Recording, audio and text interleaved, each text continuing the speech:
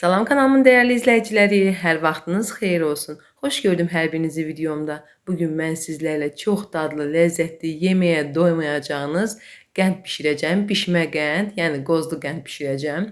Anamın üsulu ilə hazırlayacağım. Bunun üçün mən qazan götürmüşəm. Qazanın içərisinə 1 kiloqram şəkər əlavə edirəm və qazın üzərinə qoyub içərisinə 2 stəkan yarım süd əlavə edirəm.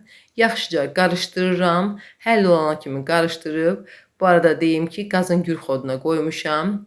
Qaynayana kimi qarışdırıram. Daha sonra 5 dəqiqə qaynadıqdan sonra qazın xodunu azaldıram. Orta xodda qəndimizi bişiririk. Gördüyünüz kimi artıq həll olubdur və qoyuram pişsin və mən burada qozları doğrayıram. Qeyd edim ki, qozlar tam qurumuş qozdur. İsteğe göre siz qoğurub əlavə edə bilərsiniz. Mən qoğurmaya ehtiyac görmədim. Quru formada olduqda qozları qoğurmağa ehtiyac yoxdur. Gördüyünüz kimi 250-300 qram qozdur. Onları xırda-xırda doğrayıram. Zövqə görə qozun miqdarını 500 qrama qədər artıra bilərsiniz.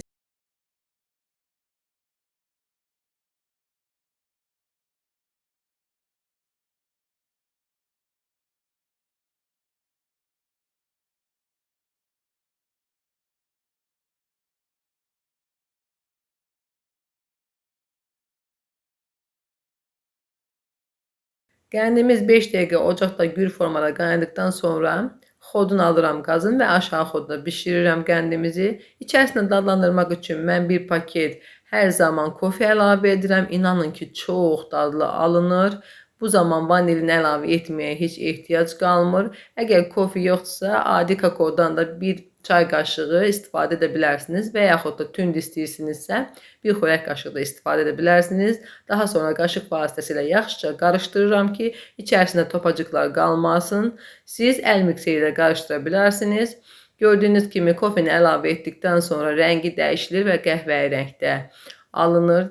Artıq gördüyünüz kimi qaynama forması dəyişib. Demək olar ki, qəndimiz artıq hazır olmağa yaxınlaşır. Hazır olmağa yaxınlaşan zaman içərisinə doğradığım qozları əlavə edirəm. 1 dəqiqədə qozlarla birlikdə qaynadıb, daha sonra hazırladığım nimçənin içərisinə əlavə edib soymağa qoyuram.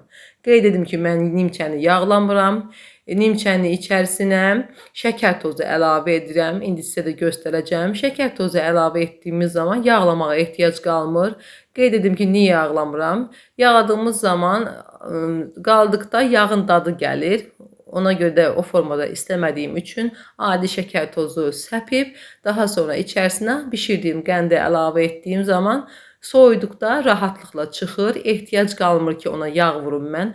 Çox gözəl üsuldur. Mütləq siz də bu üsulu istifadə edin. Şəkər tozu səpin, daha sonra içərisinə qəndi əlavə edin. Rahatlıqla qəndinizi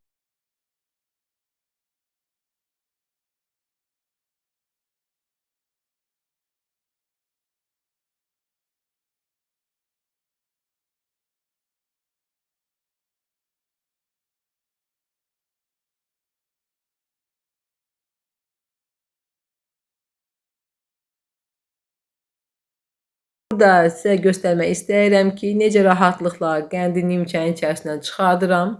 Altından 2-3 dəfə vurduqdan sonra görürsünüz rahatlıqla qənd nimçədən ayrılır. Bu üsul möhtəşəmdir, çox gözəldir. İnanın ki, heç tam soyumayıb, isti vəziyyətdədir. Rahatlıqla bölünür qənd, heç qənd doğrayana ehtiyac qalmadan qəndi biz bölə bilirik. Yumuşaq bir qənd alınıb. Çox gözəl, çox ləzzətli qənd alınır. Hər zaman mən bu üsuldan istifadə edirəm. Alınma qəndlərdən evdə istifadə etmirik. Siz də bir dəfə hazırlayın. Əminəm ki, çox bəyənərək istifadə edəcəksiniz.